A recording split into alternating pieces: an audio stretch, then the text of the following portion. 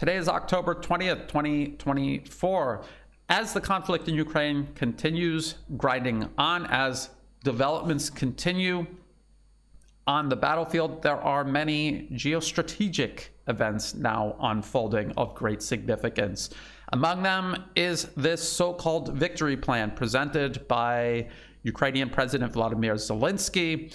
I strongly suspect this isn't a Ukrainian plan. This was made in conjunction with those in the US, the UK, and the European Union who have been behind and using Ukraine as a proxy all along. I believe they have jointly come up with this so-called victory plan, but it obviously has to be Ukraine that presents it to the world.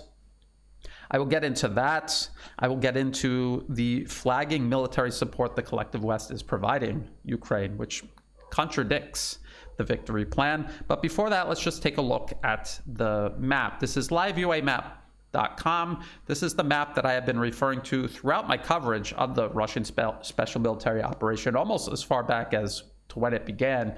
And I use a pro-Ukrainian map because if this is what a pro-Ukrainian source is saying, even though it'll hesitate to report on Russian success, it'll exaggerate Ukrainian success, it'll omit Ukrainian failures. If this is what the map looks like, even according to them, that paints a very bleak picture for Ukraine, and it tells you a lot about the trajectory of this conflict. So there aren't many major changes, but if you have been following my coverage, there had been days, weeks, months where nothing really changed along the line of contact, but now almost daily we are seeing changes, and in particular in the southern Donbas, after Russian forces passed Vuhledar, a heavily fortified city there that had held since the beginning of this special military operation, we see Russian forces creeping further and further west everywhere along this pocket. This continues to constrict, even from last week. Russian forces continue improving their positions here outside of Pokrovsk. We see the continued push toward and around Toretsk here, and even Kupiansk in Kharkov. Technically, it is in Kharkov, eastern Kharkov. Russian forces, this salient has developed over the last week since my last update. Of course, Russia maintains this front here. This is unchanged according to this pro-Ukrainian map. And this area of operation, Ukrainian forces are inside Russian Kursk. This is shown as not changing, but Western media reports are admitting that Russian forces do continue to improve their positions around Ukrainian forces. Ukrainian forces themselves are having difficulty operating there. Very predictable. If they are having trouble along the line of contact where they have heavily fortified positions, of course they're going to struggle much further away from the line of contact. So that is the situation on the ground. It continues to, in slow motion, deteriorate for Ukraine. And if you've been following it, when we look at the map, it looks like it's in slow motion, but it is moving much faster than it had since, say, a month or 2 months ago. Everything is moving much faster. It is accelerating. This is a large-scale conflict. Ukraine is not just fighting Russia. The entirety of the West is behind Ukraine. We're talking about tens of thousands, hundreds of thousands of soldiers on both sides operating. We have Russia, the largest country by land area on Earth, a massive military industrial base, and it is in cooperation with many nations around the globe who refuse to recognize Western sanctions, who continue supporting it economically, and maybe supporting it militarily, according to Western reports. This is a large-scale conflict. It's not going to conclude overnight. It is going to grind on. Let's talk about Ukrainian President Volodymyr Zelensky's so-called victory plan. This is according to the BBC. Zelensky presents victory plan to Ukrainian parliament. He had been talking about this for a while, but he had not revealed any details of it. But here they are, 5 of them, including 3 secret points of the plan, which will not be shared yet, at least. The first point is inviting Ukraine to join the NATO military alliance. It's a lot like former British Prime Minister Boris Johnson's plan to have Ukraine immediately join NATO. And I already talked about all the problems that poses for NATO itself, not Russia. Next, the strengthening of Ukrainian defense against Russian forces, including getting permission from allies to use their long-range weapons on Russian territory, and the continuation of Ukraine's military operations on Russian territory to avoid creation of the buffer zones in Ukraine. Now, the problem is the collective West does not have enough weapons to give Ukraine to strengthen its defenses against Russian forces. This has been the problem all along. This is why Ukraine joining NATO will make no difference. If NATO does not have enough weapons to transfer to Ukraine to fight Russia, how do they have enough weapons for themselves to go fight Russia? This is why nothing about this plan makes any sense. Joining NATO really is just a bluff. It is a bluff in the hope that Russia will blink first and end its military operation out of fear of going to war with the rest of NATO. If not enough artillery shells exist to send to Ukraine, NATO itself does not have enough artillery shells. And this is a conflict you will need lots of troops, lots of artillery shells to fight. NATO has a significant amount of air power, military air power, that it could use that Ukraine obviously does not have at its disposal. But if they were to use that in this conflict, it is finite. It is impossible for them to replace in the short term. If they were to use it, it would at best be locked in Ukraine for years to come. They would have to keep it available and on standby in Ukraine for years to come. They would not have any to spare for their aggression and military occupations in the Middle East, and they would not have any to spare for the Asia-Pacific region, where the U.S. is also provoking conflict. At worst, they would spend this air power. Munitions they cannot replace quickly. Warplanes they will not be able to replace. Pilots they will not be able to replace. And again, this would mean they would be forfeiting their primacy over the Middle East and over the Asia-Pacific region. Ultimately, this proxy war in Ukraine against Russia is meant to contain Russia as part of a wider strategy to contain all possible rivals and competitors. So if you're going to spend all of your military power on just one part of this plan, allowing the rest of the world to continue growing and developing and surpass you, then you've still failed. This is the problem the collective West faces. Too many wars, no means to win them all. Containment of Russia via a non-nuclear strategic deterrent package deployed on Ukrainian soil. What does that mean? I do not know. Does that mean deploying huge numbers of Western troops and Western capabilities on Ukrainian soil? What guarantee is there that Russia isn't going to strike at these Western troops and these capabilities? What guarantee is there that Russia will not just continue striking everywhere these Western forces aren't? Joint protection by the US and the EU of Ukraine's critical natural resources and joint use of their economic potential. Again, what does that entail? The US is out of air defense capabilities. They never had enough air defense capabilities to fight any one of the wars that they are provoking with Russia, Iran, and China, let alone all three of them.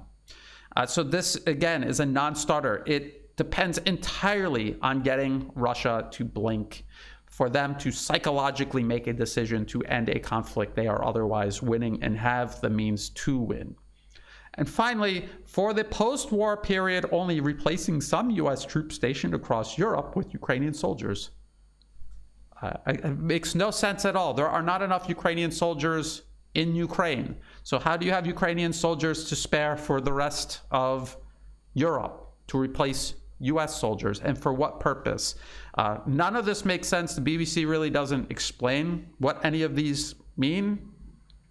And at the end of the day, what this really just seems like is floating the possibility of escalation, NATO intervention, NATO involvement in a much more overt way. They're floating this possibility to see how it is received by the collective West and Russia and its allies alike. So we're just going to have to keep an eye on this and see what happens. Obviously, Russia sees this. They have seen this developing over the last several months or even over the last year, and they have been warning the collective West the ramifications of their intervention in Ukraine. So this is something we have to keep a very close eye on. But what I found interesting was this Washington Post article. Ukraine's former armed forces chief endorses victory plan in first speech since his dismissal. So now Valery Zaluzhny is supposedly the Ukrainian ambassador to the UK, who's at the Chatham House, which is another one of these arms industry, corporate funded policy think tanks. He endorses this plan, but the things he said about the plan and about Ukraine's situation is very revealing about the viability of this plan. Zaluzhny, who was in charge of the armed forces during Ukraine's failed counteroffensive in the summer of 2023, said a shortfall in Western support during the period meant that Ukraine lost its chance to fend off Russia on its own. He said that missed opportunity turned the war into a protracted conflict where the way out seems rather doubtful and almost impossible. And he's obviously talking about the need for Western intervention, and Western intervention seems to be how he's interpreting this so-called victory plan. The former armed forces chief stressed that Ukraine is battling Russia, which significantly outweighs it in resources, including in manpower, but also resources. And what is the source of Ukrainian military resources? The collective West. So again, we're back to the collective West does not have the means to continue supporting Ukraine to fight Russia. So how does direct Western intervention somehow enable a more viable fight against Russia? If you have no artillery shells, what difference does it make who's sitting there with their artillery pieces with no shells to fire at the Russians? Doesn't really seem to make any difference, except hoping Russians are not willing to attack Western troops pointing their guns at them instead of just Ukrainian troops pointing their guns at them. It continues. He says, the only thing which works in the war is mathematics. I completely agree, and that has been my argument for the last 2+ years. Zaluzhny acknowledged the challenges his country faces with mobilization. Conscription has become a sensitive issue as infantry shortages grow, which became one of the factors that allowed Russia to gain the initiative on the battlefield. Not enough manpower, and the fact that Ukraine's military is being decimated. Despite the U.S. Department of Defense, the Ukrainian government, the Ukrainian military, including when Zaluzhny was the head of the Ukrainian military, they have all insisted that they're out fighting Russia. Many more Russians are dying than Ukrainians. Ukraine has sustained small losses, and yet somehow they're out of troops and Russia is. It's almost as if it's exactly the other way around. Russia is decimating Ukrainian forces, and now Ukraine has a manpower shortage that they cannot solve and will not solve. There is no way to solve this. Additional conscription will not work for the reasons I have repeatedly said. You cannot just mobilize people and send them to the front line. They need to be trained. That could take between 6 months to 2 to 3 years, depending on whether you're just training a single entry-level infantryman, a specialist of some kind, or you need to stand up entire brigades, because that's how heavy your losses are, which in Ukraine's case, they are. To stand up in an entirely new brigade or to reconstitute a brigade that has been decimated could take 1, 2 to 3 years, which they do not have. Russia is wiping out their manpower faster than they could ever possibly train them. And then again, the biggest problem still is, even if you could train them fast enough, they don't have the weapons and ammunition to go and fight effectively at the front line. So it's a number of very critical problems. Any one of them would inhibit them from winning, but they're facing all of them at the same time. What Zaluzhny in this Washington Post article doesn't seem to understand, again, is this fact that if the collective West does not have enough arms and ammunition to supply to Ukraine, they themselves do not have enough arms and ammunition to fight Russia themselves. This lack of arms and ammunition, it seems he doesn't even understand, is not a matter of a lack of willpower. It is a lack of military industrial capacity. If they had more arms and ammunition to spare, they would have sent it to Ukraine already. So it's not that they're hesitating to send Ukraine arms and ammunition that exist. It simply does not exist, and they do not have the ability to expand production and create enough to achieve this. Even if they had a viable plan in place to do this, it would take years to achieve, which they don't have. This is the problem. This is the corner they've all painted themselves into. So if NATO, if Ukraine, and together with NATO, with or without NATO, cannot fight Russia in conventional warfare, using conventional warfare because they don't have the arms and ammunition to do it, what else could they possibly do? And this is where it gets extremely dangerous. Something I think many people saw this escalating towards, and that is mention of the use of nuclear weapons. So this is from the Kyiv Independent. Zelensky says he told Trump that either Ukraine will join NATO or pursue nuclear weapons. Now here's a reality check. Building a viable nuclear deterrence will take years to do. Even if you had everything you needed all on hand, it would still take years to do. You need to develop not only the nuclear warheads themselves, reliably, effectively, you also need the means to deliver them. This is all incredibly complex. This is all something that takes years and years to do if you have a proper nuclear arms program up and running, which to my knowledge, Ukraine does not have. So this is not something that they could just do overnight. And if they end up with nuclear weapons, it's obviously because someone gave them to them. So we're talking the US and NATO again. The article says either Ukraine will have nuclear weapons, which will serve as protection, or it must be part of some kind of alliance. Apart from NATO, we do not know of such an effective alliance, Zelensky said. Zelensky also invoked the Budapest Memorandum, in which Ukraine agreed in 1994 to give up its nuclear arsenal in exchange for security guarantees from Russia, the US, and the UK. So they all signed this Budapest Agreement memorandum.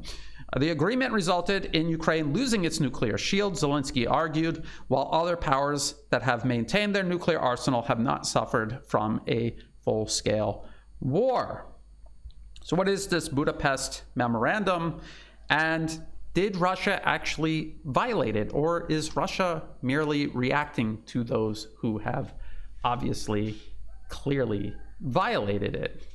So via Harvard University, Harvard Kennedy School, Ukraine, the Budapest Memorandum of 1944. If you click on it, it gives you this PDF, which lists all of the points. And again, it is basically about Ukraine inheriting a part of the Soviet Union's nuclear arsenal, although all of the means to actually use it resided in Moscow. They were there physically.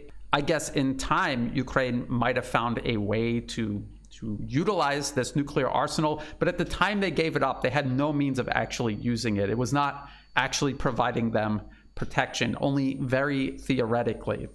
And in this Budapest Memorandum, they have several points. One of the points is the United States of America, the Russian Federation, and the United Kingdom of Great Britain and Northern Ireland reaffirm their obligation to refrain from the threats or use of force against the territorial integrity or political independence of Ukraine, and that none of their weapons will ever be used against Ukraine except in self-defense or otherwise in accordance with the Charter of the United Nations. So they're talking about the territorial integrity or political independence of Ukraine. We know for a fact that years before Russia launched its special military operation, long before they answered the call of Crimea's independent parliament to send troops to protect them, following the regime change that took place in Kiev in 2014, the US was very busy, overtly, admittedly violating Ukraine's political independence. How do we know that? Because the Western media told us. This was an article from The Guardian, 19 years old. It says right here, more than 19 years old, November 2004, US campaign behind the turmoil in Kiev. This is what it says, and you tell me if this isn't a case of US interference in another nation's internal politics undermining its political independence. The campaign is an American creation. They're talking about the so-called Orange Revolution in Ukraine in 2004. The campaign is an American creation, a sophisticated and brilliantly conceived exercise in Western branding and mass marketing that in 4 countries, not just Ukraine, 4 countries in 4 years, has been used to try to salvage rigged elections and topple unsavory regimes. Regardless of what the US thinks about these governments, who is the United States to remove them from power and replace them? It is a blatant and gross violation of Ukraine's political independence. It is the political capture of Ukraine by the United States. Funded and organized, again, this is the Guardian, a Western news publication admitting all of this. Funded and organized by the US government, deploying US consultancies, pollsters, diplomats, and 2 big American parties, and US non-governmental organizations, which by that they mean US government organizations like the National Endowment for Democracy. The campaign was first used in Europe in Belgrade in 2000 to beat Slobodan Milosevic at the ballot box. Richard Miles, the US ambassador in Belgrade, played a key role. So they're admitting that they have overthrown the governments of multiple countries in Europe. Ukraine was just one of many on the list. And by last year, the US ambassador in Tbilisi repeated the trick in Georgia, coaching Mikhail Saakashvili on how to bring down his opponent. 10 months after the success in Belgrade, the US ambassador in Minsk, Michael Kozak, a veteran of similar operations in Central America, so not just in Europe, all around the globe, notably in Nicaragua, organized a near identical campaign to try to defeat the Belarus hardman Alexander Lukashenko. The operation, engineering democracy through the ballot box and civil disobedience, is now so slick that the methods have matured into a template for winning other people's elections. Not American elections, not anything that is actually the business of the United States. Other nations, other sovereign nations' elections. They are interfering in the elections, overthrowing governments and replacing them with client regimes. This is political capture. It is the end result that would normally be achieved through military invasion and occupation, and then the creation of a client regime as part of your administrative control over the captured country. They are using Western-style so-called democracy as a means of doing this by interfering, manipulating, and hijacking this entire process. They admit it openly. And then they begin describing the many agencies the U.S. has set up to do this. The Democratic Party's National Democratic Institute, the Republican Party's International Republican Institute, the U.S. State Department, and USAID are the main agencies involved in these grassroots campaigns, as well as Freedom House, which is funded by the State Department, and billionaire George Soros' Open Society Institute. Many people say Open Society has nothing to do with the U.S. government. The U.S. government, through the CIA, has created multiple fronts to launder support through so that it cannot be traced back to the U.S. So whatever George Soros and Open Society is, it is always acting adjacent to U.S. government, adjacent to and for U.S. interests. U.S. pollsters and professional consultants are hired to organize focus groups and use data to plot strategy. Officially, the U.S. government spent $41 million organizing and funding the year-long operation to get rid of Milosevic from October 1999. In Ukraine, the figure is said to be around $14 million. So they admit they're spending tens of millions of dollars to interfere in another nation's political system, overthrow sitting governments, replace them with client regimes suitable to U.S. interests. A blatant violation of the UN Charter, and also a blatant violation of the Budapest Memorandum, which prohibited the signatories from undermining, violating the political independence of Ukraine. So it's not as recently as 2014 that the US did this. This is when they were finally successful in overthrowing the Ukrainian government and installing a permanent client regime in its place. This began as early as 2004 and had been ongoing since Ukraine gained its independence from the Soviet Union in the first place. We have Victoria Nuland in her capacity within the US State Department admitting to spending billions of dollars on interfering in Ukraine's internal political affairs and shaping its political system to suit US interests at the expense of Ukraine's interests. Since Ukraine's independence in 1991, the United States has supported Ukrainians as they build democratic skills and institutions, as they promote civic participation and good governance, all of which are preconditions for Ukraine to achieve its European aspirations. We've invested over $5 billion to assist Ukraine in these and other goals that will ensure a secure and prosperous and democratic Ukraine.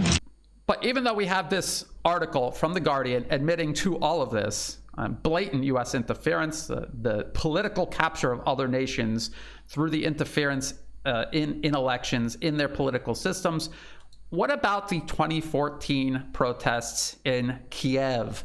We have Channel 4 in the UK. This is British state-owned media.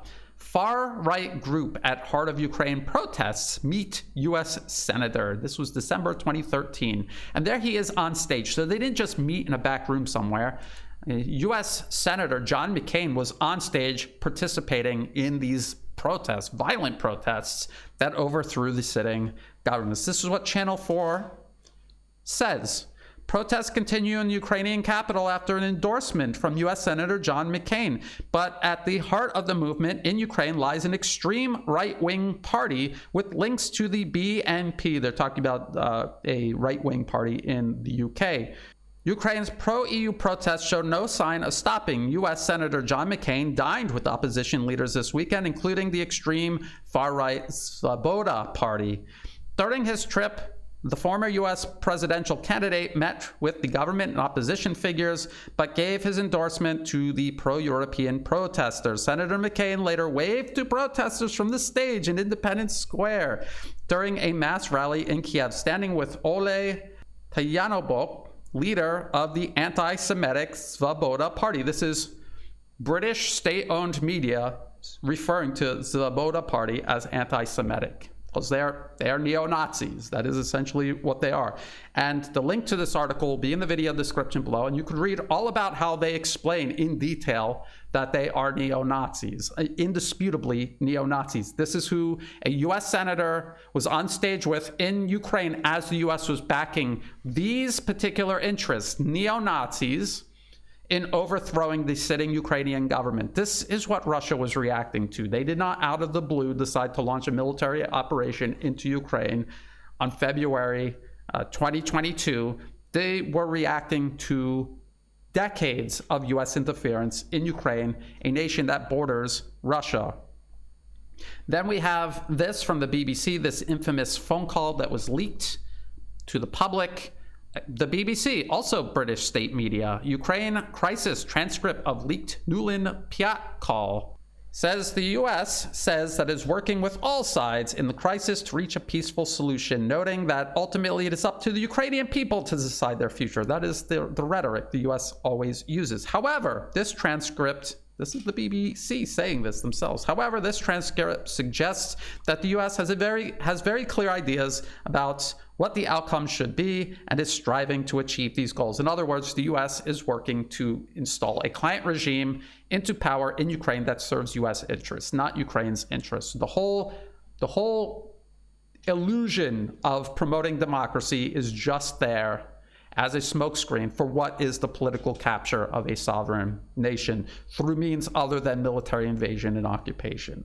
So indeed, the Budapest Memorandum was most certainly and egregiously violated, but it was a full 18 years before Russia launched its special military operation in February 2022. It was the United States who first and most blatantly violated Ukraine's political independence.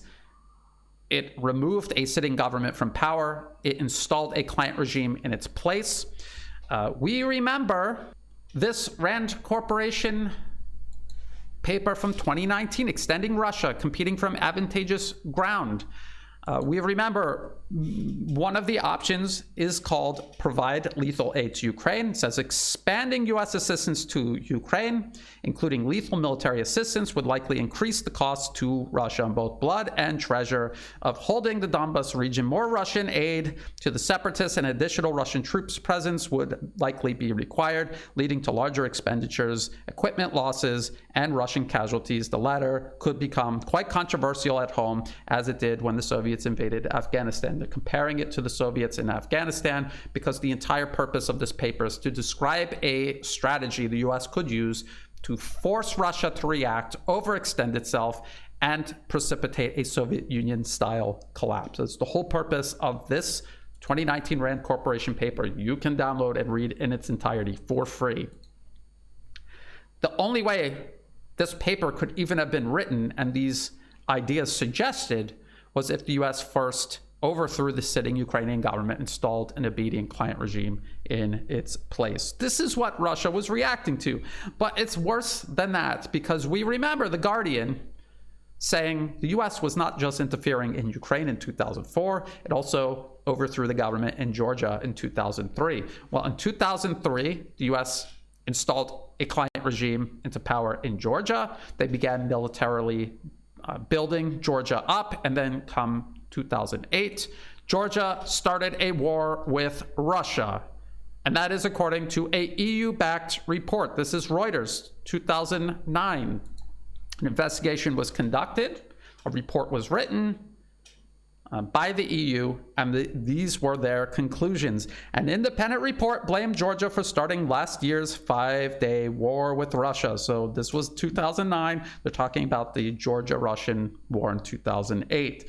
The findings were particularly critical of U.S. ally Georgia's conduct under President Mikhail Saakashvili, who The Guardian told us in 2004 was installed into power by the US. Saakashvili had said Georgia was responding to an invasion by Russian forces when it attacked breakaway South Ossetia, but the report found no evidence of this. It said Russia's counterstrike was initially legal. The US admittedly overthrew Georgia in 2003, built them up militarily, and encouraged them to attack Russia in 2008. And then they repeated the whole process again in Ukraine, starting from 2014 onward, but on a much more massive and more dangerous scale. They created a national security threat Russia had to respond to. They knew they would respond to, and they hoped that when they did respond, it would overextend them and precipitate a Soviet Union-style collapse. This is what Russia was reacting to. They did not unilaterally and for no reason, unprovoked, start a war with Ukraine. They were reacting to not only U.S. interference in Ukraine, but U.S. interference that has already demonstratedly built up another nation, leading to a military attack on Russia itself. And so they were acting preemptively to prevent this from happening on a much larger and more dangerous scale, perhaps on a scale that would become very difficult to stop if they waited for the attack to come first, rather than heading it off before Ukraine was built up strong enough. So the next time you hear the Budapest Memorandum brought up, just remember that it was violated by the US first and foremost 18 years before Russia launched its special military operation. And also remember, Ukraine never really had access to a functional, effective nuclear deterrence. They may have transformed the one they inherited into one sometime in the future, but they never did in fact do so. Their threat to develop nuclear weapons now could only be made good on if these weapons were transferred to Ukraine, or if the US and other NATO members assisted Ukraine in rapidly developing nuclear weapons. So keep that in mind. A Ukrainian nuclear strike on Russia will be a NATO nuclear strike on Russia. And I think for Russia, making this abundantly clear, which they kind of are doing with the change in their nuclear doctrine, this is something they have to make clear to the world, abundantly clear. Let's talk about conventional military means, U.S. support for Ukraine. There was another arms package that coincided with Zelensky's so-called victory plan being announced. to the Ukrainian parliament. Is that a coincidence? Biden administration announces additional security assistance for Ukraine, October 16th, 2024. So this is the most recent one.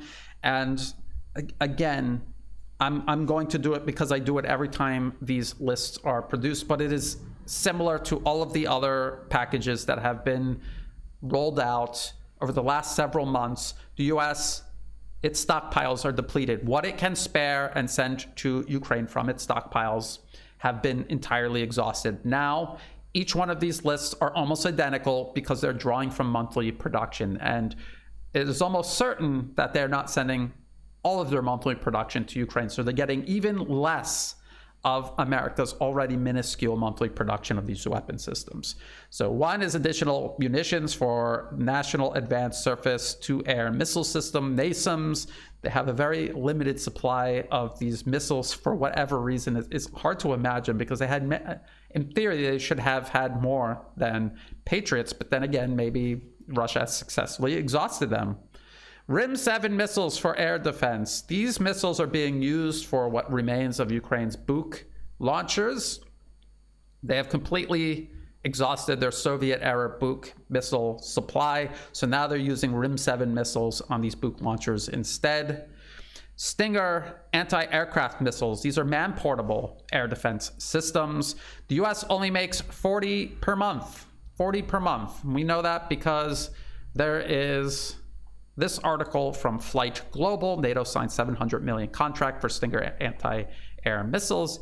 And this is what it says. And this is saying a lot about the state of America's military-industrial base, the collective West's military-industrial base.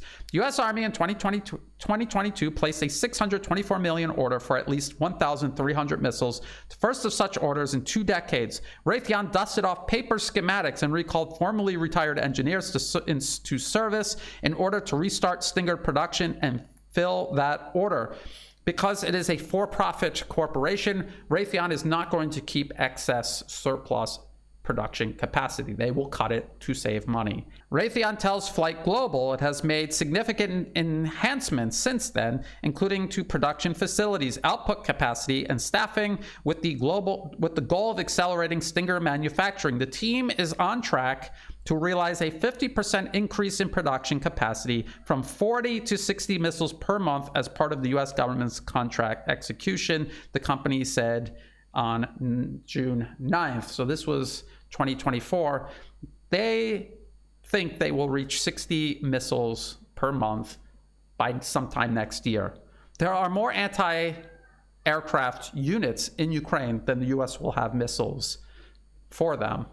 And that's if every single one of these 60 missiles went straight to Ukraine, which is almost certainly not going to happen. Getting back to the Pentagon's arms package, ammunition for high mobility artillery rocket system. There is a number of limitations for Ukraine's HIMARS.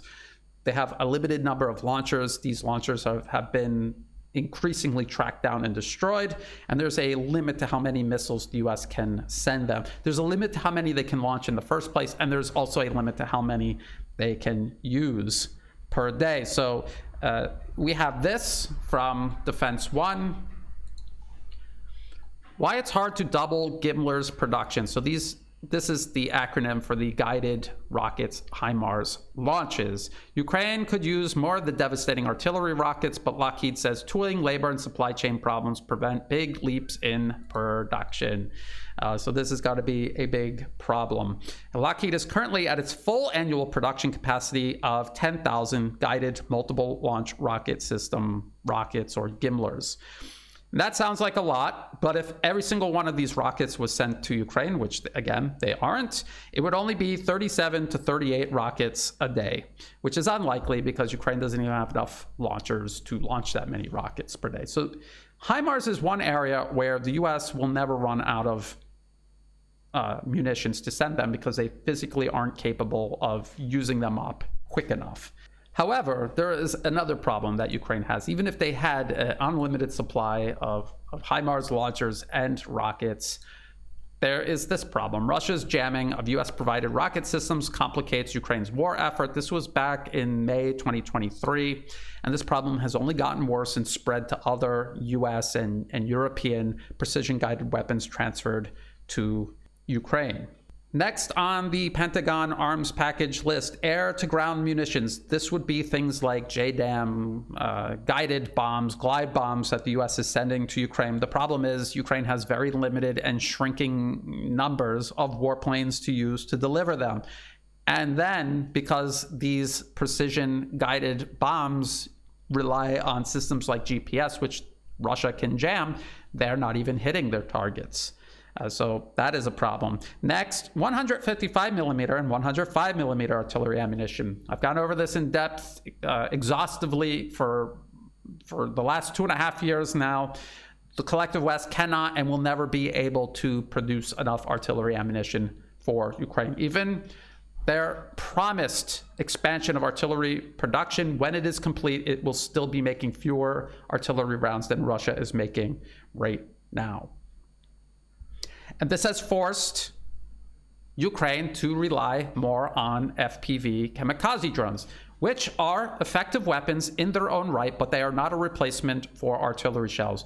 You can only use a certain number of FPV drones in a certain area at a certain time, whereas you can fire as many artillery shells as you have guns to fire them, and you have crews to continuously feed the rounds into the weapons, the guns.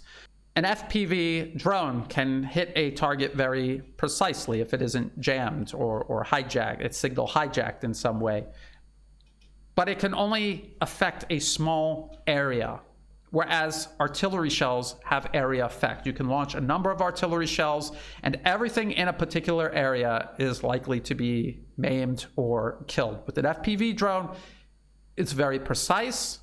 It has a very limited amount of damage in that regard. There is no area effect with FPV drones, not yet, which has led to Russia using motorbikes. They're using motorbikes because it is a way of evading FPV drones. They're able to cover a large amount of ground, cover and close in to Ukrainian fortified positions.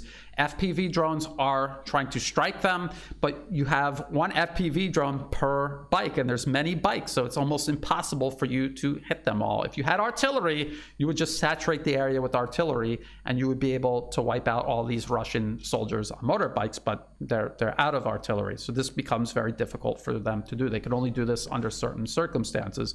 Often the motorbikes arrive far too quickly, they dismount, and they're able to close in on the trenches or other fortifications that Ukraine has. And there's actually this video that I'm showing you. This is from History Legends. He did a whole half-hour video on this, and the link to that will be in the video description below. It's very interesting how adaptive the Russian military is, despite the Western media always claiming otherwise. Next on the Pentagon's arms package list, tube-launched optical tracked wire-guided missiles, TOW missiles, Javelin AT-4 anti-armor systems. Again, I've talked about this endlessly. There are so few of these made per month. Even if every single missile went to Ukraine, the problem is even well-trained troops have a hard time hitting targets with these systems for whatever reason. Ukraine doesn't have well-trained troops, so they're probably hitting targets with even less accuracy. And we're talking about less than 19%, which means the US is incapable of sending Ukraine enough missiles where they'll be able to hit enough armored vehicles each month just to destroy more armored vehicles than Russia is capable of producing every single month. Next on the list, high mobility multi-purpose wheeled vehicles, Humvees. These are larger, somewhat more capable versions of, say, an SUV. They have a wider wheelbase. They could range from everything from totally unprotected with plastic fabric on the doors that you could punch through to up-armored Humvees that can stop small arms fire. It's better than just, say, a production SUV, but just barely. And this is not a war-winning capability. Next is small arms and ammunition, grenades, thermals, and training equipment, demolition equipment, ammunition, spare parts, other equipment, services, training, and transportation. All of it essential for waging war, none of it a war-winning capability, and none of it being something that Russia doesn't have in greater abundance. And so this is what the US has been doing. The European Union, the UK, they've been sending military hardware, arms, ammunition to Ukraine in smaller and smaller quantities. And the capability of these systems are falling far short of expectations. And this is translating on the battlefield as failure for Ukraine. Incremental, but inevitable failure for Ukraine. What about heavy weapons? It seems like it's been a while since we've heard anything about new Western wonder weapons going to Ukraine, but I did see this last week. It kind of surprised me considering how poorly the M1 Abrams has been doing in Ukraine. Ukraine to receive aging Abrams tanks in latest Australian military aid package. So they're going to get 49 additional American-made tanks. This is in addition to the 31 that the United States sent Ukraine. It says more than a year after Kiev first expressed interest in the aging M1A1 fleet, because in addition to the US tanks sent, I guess they wanted these from Australia also. The government has confirmed it will now gift 49 of the American-made tanks. These tanks will deliver more firepower and mobility to the Ukrainian armed forces and complement the support provided by our partners for Ukraine's armored brigades. Australia has been steadfast in our support for Ukraine. So what this translated into an honest statement actually is, we're doing this for optics. The M1 Abrams isn't going to do any of these things. It's not going to provide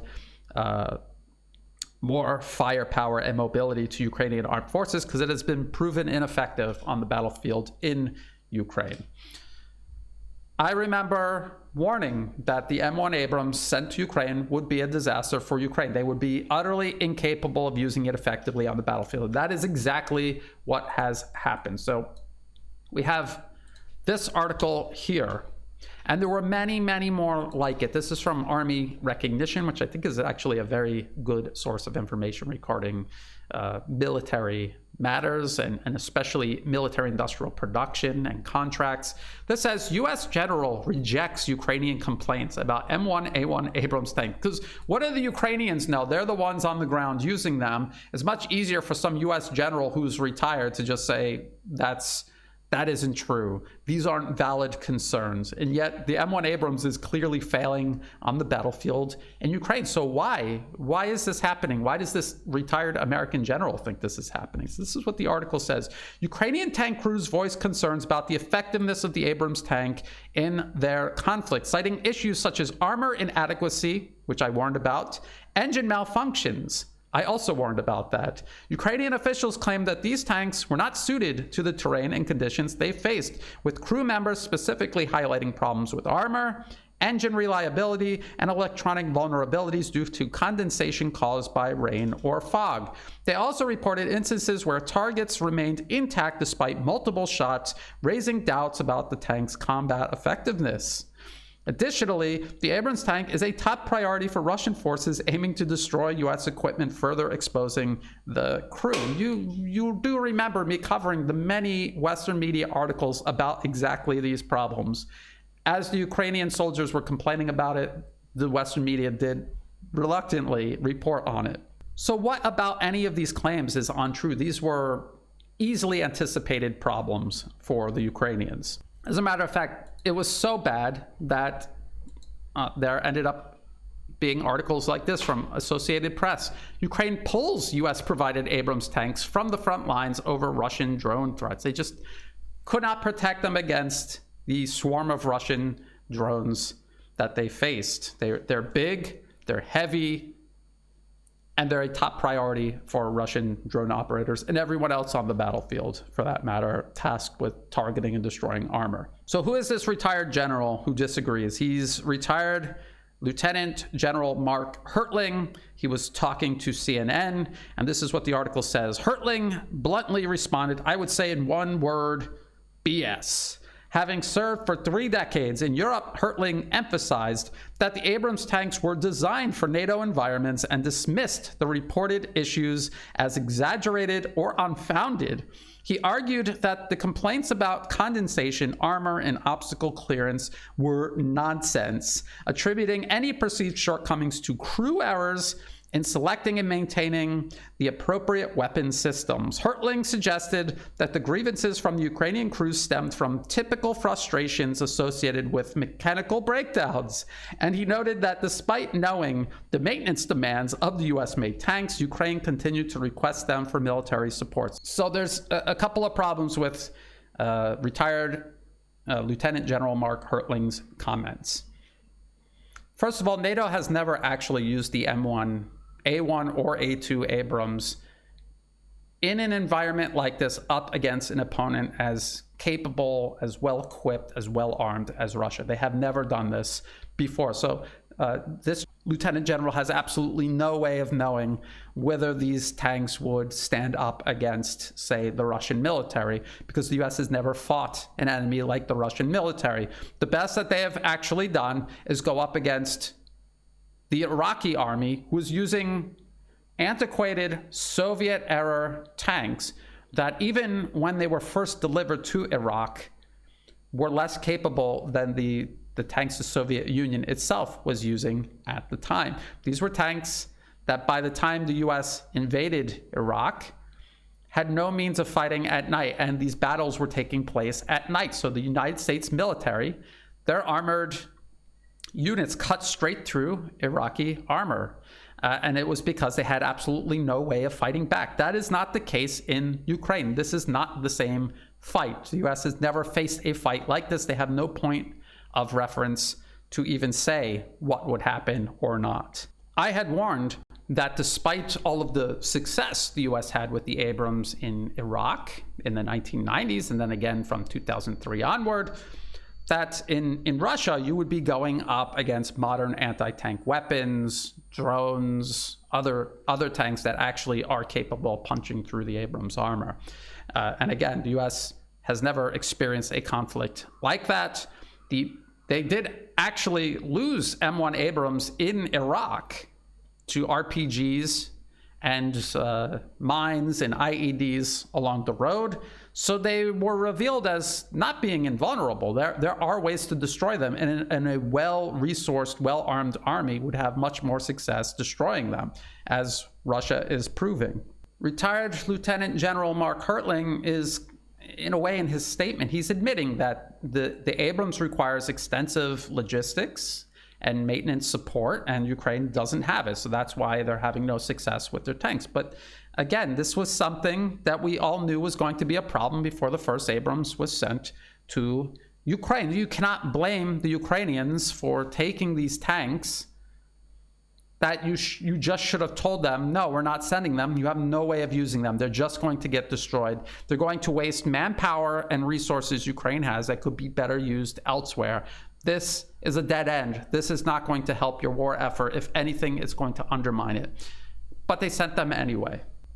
So now Australia is sending 49 M1 Abrams to Ukraine, in addition to the 31 sent by the United States, many of which, if not most of which, have already been destroyed or are inoperable. They had been pulled back from the front because they were turning out to be useless. Now they're getting 49 more. Do they even have surplus tank crews that they had trained that didn't get a tank? Or are they going to have to train additional manpower? Or are these 49 tanks just going to be cannibalized for parts for the handful that are still operating? I don't know. All I know is this is going to make no difference. Now, you will have pro-Ukrainian commentators, especially people like David Axe from Forbes.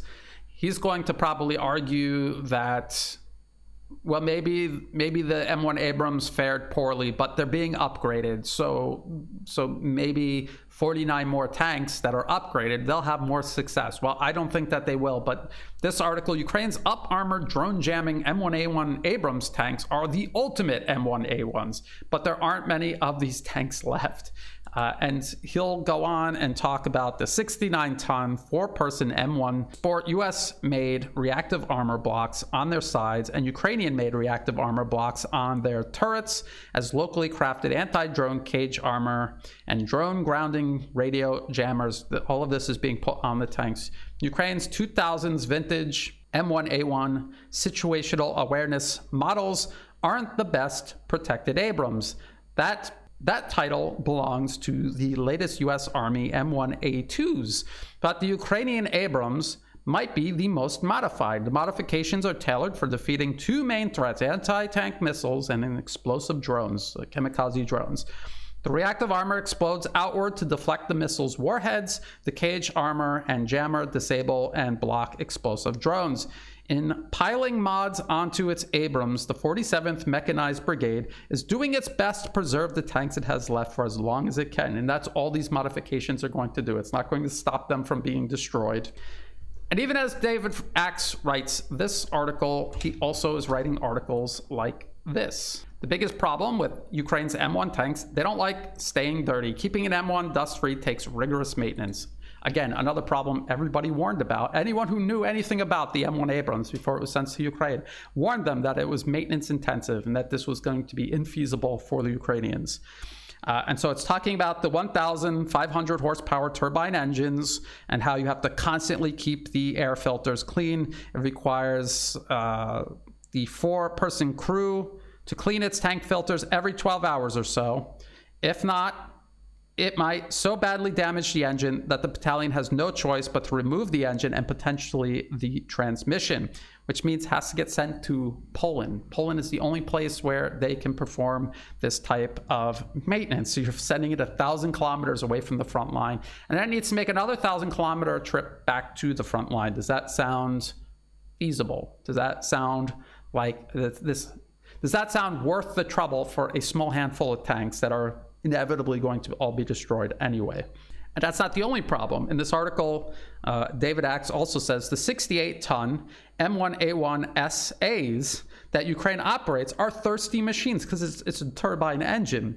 In the weeks before the administration of US President Joe Biden pledged the M1 to Ukraine early this year, many pundits and even some officials worried about the tank's fuel requirements. It requires much more fuel. Again, another tax on the already overstretched logistics Ukraine has along the line of contact. So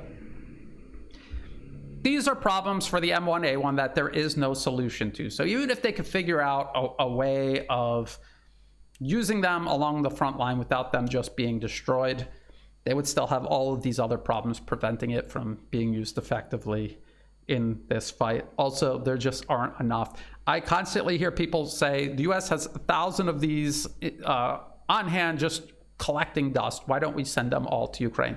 Because you cannot train 1,000 tank crews fast enough to utilize them. You cannot expand your logistics fast enough or your maintenance capabilities fast enough or large enough to deal with 1,000 M1 Abrams tanks. The ability for the US to use these the way that it does all around the world, people take for granted. It's after decades of building up a global spanning logistics and maintenance network, and the ability to move huge amounts of manpower and equipment, including maintenance equipment, to all of these places to maintain these vehicles when the US uses them in places like Iraq. It also depends on the US having uncontested supply lines, which Ukraine does not have. And this is what kind of circles us back to Zelensky's victory plan. He's talking essentially about NATO intervention in Ukraine, or Ukraine joining NATO, which implies NATO forces moving into Ukraine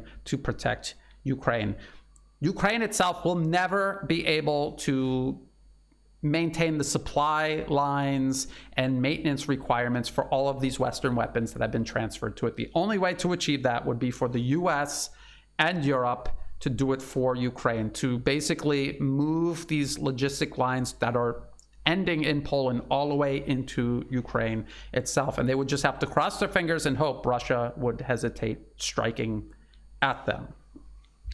I would not want to bet on Russia not striking at them. So we're at a very dangerous juncture. We've been lingering here for many months now, where it's obvious the limits to U.S. military support for Ukraine have been fully exposed, and there really are no good options in resolving it except admitting that your proxy war has failed. And among these very few options left is direct intervention by the U.S., some variation of a buffer zone that I have been warning about since this all began in February 2022. The U.S.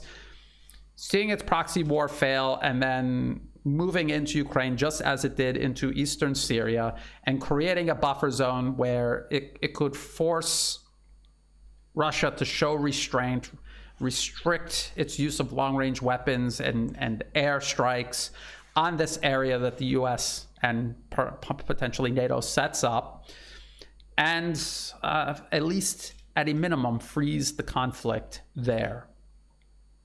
The problem with creating this buffer zone at this point is it will require significant military deterrence to maintain it.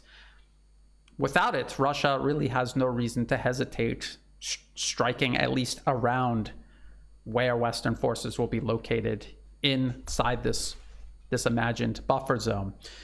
And then the West would have to make good on retaliation, which would require a huge amount of military aviation and long-range weapons they simply don't have to spare. If they commit to this strategy, they are locking in what remains of their military power in and around Ukraine. They are going to have to forfeit Western primacy over the Middle East and the Asia-Pacific region. If they do that, even if they are successful in Ukraine temporarily, the rest of the world is going to continue pivoting toward multipolarism. In the long run, it is eventually going to undermine the collective West's position, even in Ukraine itself. It really seems like a lose-lose scenario for the collective West, but haven't we been here before all throughout history? Empires reach their peak, and immense hubris blinds those leading the empire from the only rational course of action, which is acknowledge your limits and move far back behind them. Forfeit your empire and live as a viable nation state. They are incapable, the type of people who pursue empire are incapable of this, which is what leads us to dangerous junctures exactly like this one. I will continue keeping an eye on this. If you thought this video in particular was useful, please like and share it. Think about subscribing. It's free to do. It helps the channel grow. Check the video description below for other places you can find and follow my work. All of my videos go up on YouTube. They're also backed up on Rumble and Telegram. So if YouTube ever deletes my channel, you can still find all of my videos on Telegram and on Rumble. In the video description below are all of the links that I referenced in this video, as well as for ways you could help support my work. I do not monetize any of my social media platforms. If ads pop up, feel free to skip them. If you do want to help support my work, please do so through Buy Me a Coffee and also Patreon. To everyone who has been helping, whether it's a one-time donation, donations month to month, or even if you have no additional resources and you're just sharing my work with others, all of that is greatly appreciated. Thank you very much. And as always, thank you for watching.